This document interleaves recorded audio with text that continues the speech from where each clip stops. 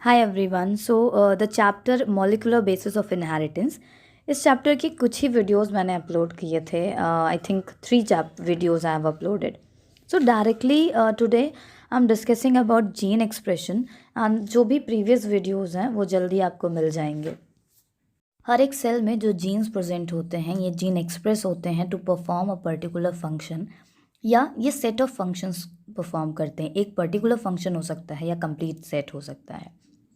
And cell में complete set of gene present होती है एंड हर एक जीन कोड करता है फॉर अ पर्टिकुलर प्रोटीन जो रिक्वायर्ड होती है by the organism.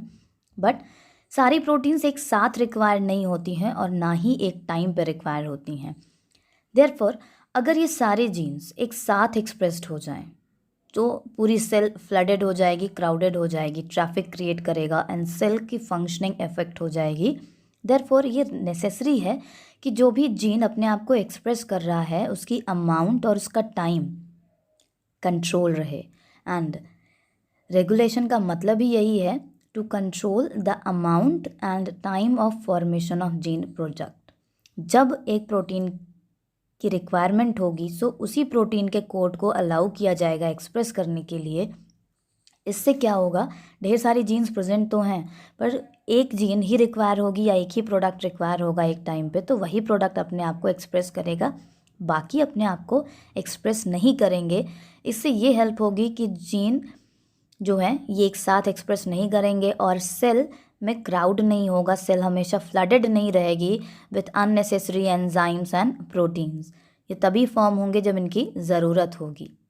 That means gene regulation differential gene regulation होता है। डिफरेंशियल जीन रेगुलेशन का मतलब है कि एक टाइम पे एक सेट ऑफ जीन ऑन होगा या इंड्यूस होगा जबकि दूसरा सेट ऑफ जीन वो सप्रेस्ड हो जाएगा या ऑफ हो जाएगा। That's called differential gene expression.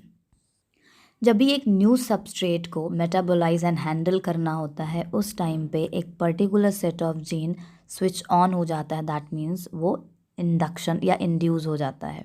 And जैसे ही ये ऑन होता है एंजाइम्स प्रोड्यूस होते हैं एंड ये एंजाइम न्यू सबस्ट्रेट का फॉर्मेशन करते हैं एंड इस फिनोमेना को हम इंडक्शन कहते हैं।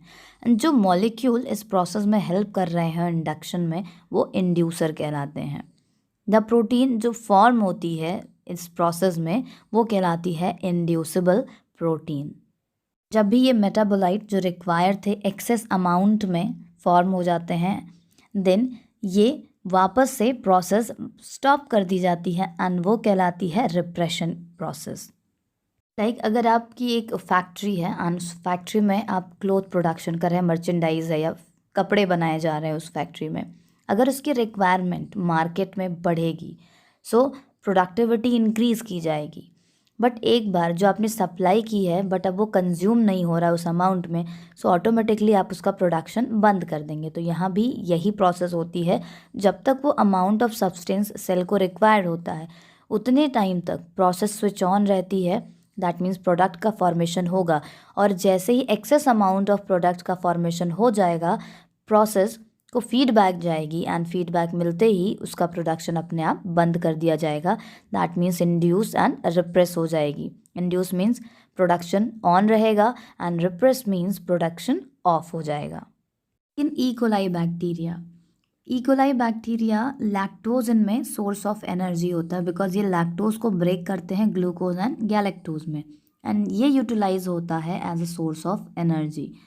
अगर लैक्टोज प्रेजेंट है तो उस टाइम में बैक्टीरिया सिंथेसाइज करती है बीटा गैलेक्टोसाइडेज जो हेल्प करता है, जो ब्रेक करता है लैक्टोज को, बिकॉज लैक्टोज अपने आप ब्रेक नहीं होगा।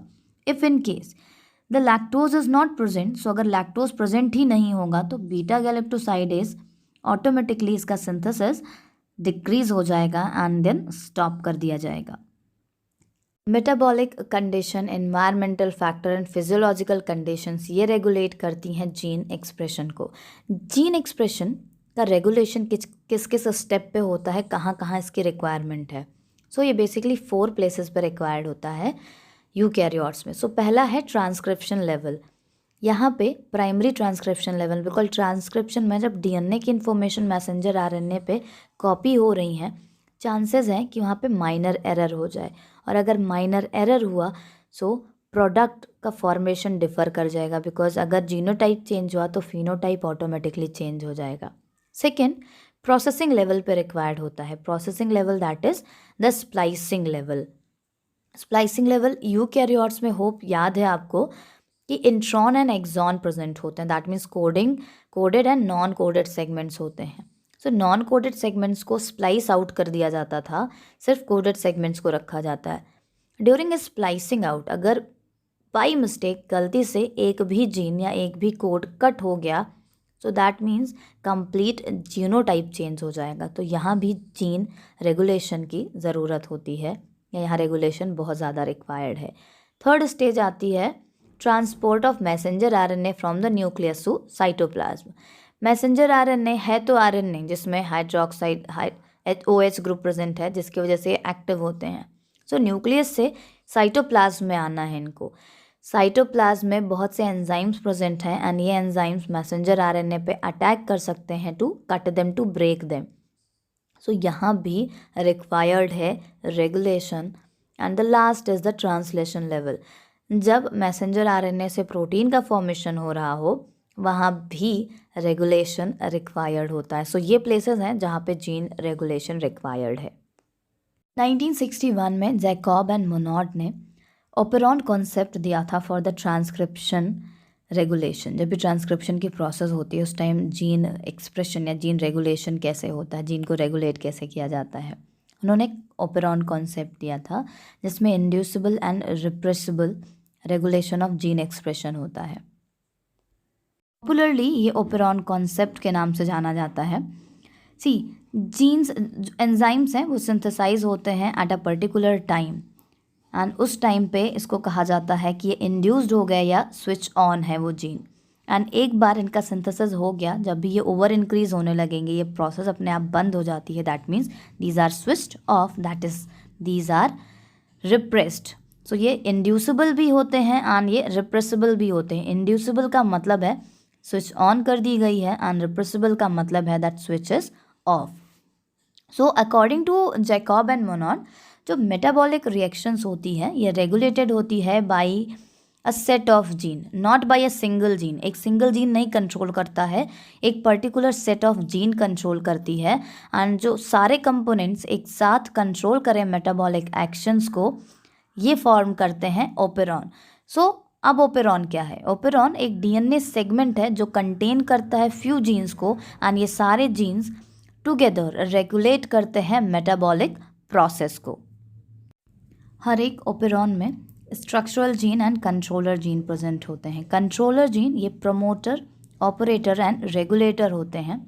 ऑपरेटर इस पे साइट प्रेजेंट होती है for specific binding of repressor molecule. Promoter provide करता है promoting signal to RNA polymerase so that transcription and translation की प्रोसेस हो सके। रेगुलेटर ये रेगुलेट करता है ट्रांसक्रिप्शन को स्ट्रक्चरल जीन के, दैट मीन्स अगर इसको नेगेटिव फीडबैक आएगी तो ये प्रोसेस को स्टॉप करेगा, स्विच ऑन एंड ऑफ में हेल्प करेंगे। सो ये कंट्रोलर जीन्स हैं, operator, promoter and regulator. That means ये ऑपरेट करेंगे, बट ये ऑपरेट किसको करेंगे? स्ट्रक्चरल जीन को। स्ट्रक्चरल जीन्स वो होते हैं जो मैसेज रखते हैं, जो कोड रखते हैं for the protein formation. Means operon में structural and controller gene present होंगे और यही रेगुलेट करेंगे हर एक प्रोसेस को। हर एक ओपेरॉन का अपना एक specific operator and specific repressor होता है। जैसे lac operator is present only in lac operon. Lac operon बनता है जब लैक ऑपरेटर प्रेजेंट हो जो लैक्टोज की अमाउंट पे डिपेंड करता है। There are a lot of operon have their specific operator, like tryptophan operon. It has the tryptophan operator, his operon, that means histone and valine etc. So different types के operon होंगे, depend करता है इनमें किस type का operator present है. Next will be the lac operon and that I'll discuss in the next video.